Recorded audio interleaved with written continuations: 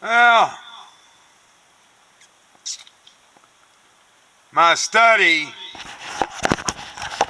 my study uh, this morning has been of the United Nations Declaration of Human Rights and how that might apply to the situation in North Carolina. The United States is a signatory to the Declaration of Human Rights, which was made legal in 1976 at the urging of the British. It had been published in 1946 and was mostly influenced by Eleanor Roosevelt, who felt that while it had no legal standing at the time, it would have influence, which it did. Asian and Islamic nation countries have been abstaining from full participation or signing.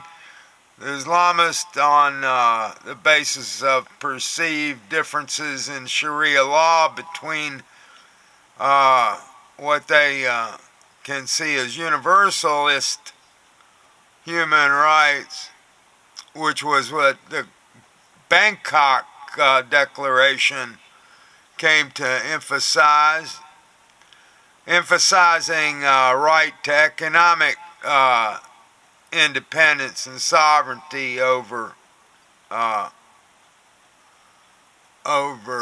individual human rights, and in fact, like putting them second. It's so it's a big old world out there.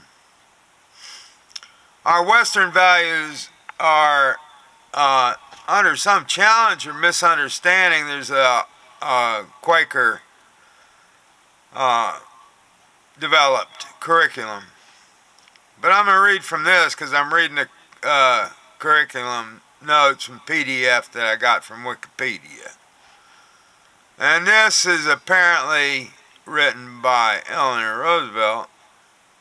I hadn't even read the whole thing before I started reading it. I just thought I'd pick it up and read it.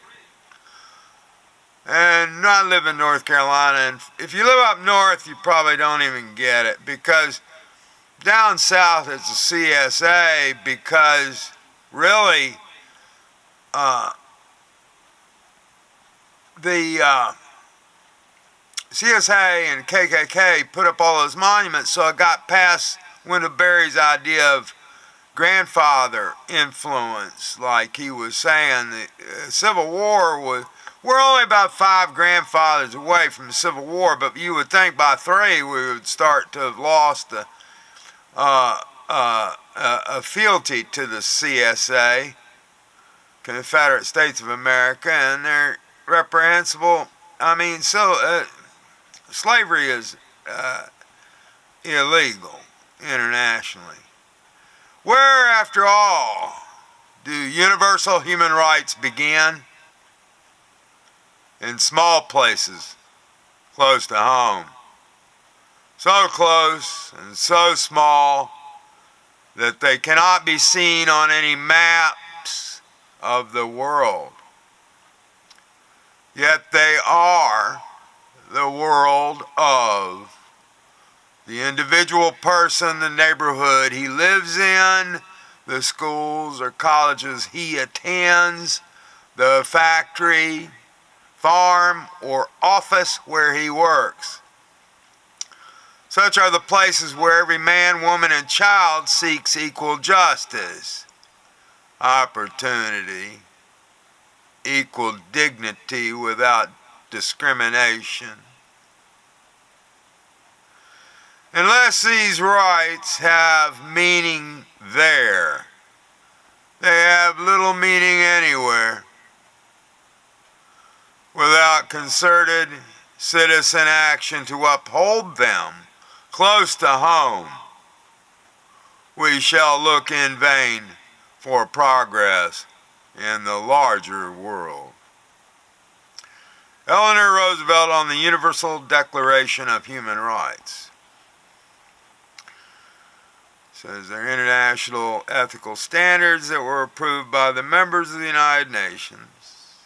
Outline.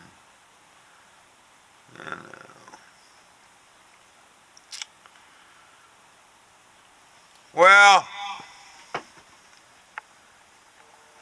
my thesis right now is that it's possible that the UN might allow a flagged airport in North Carolina to display a respect for rights and encourage economic activity,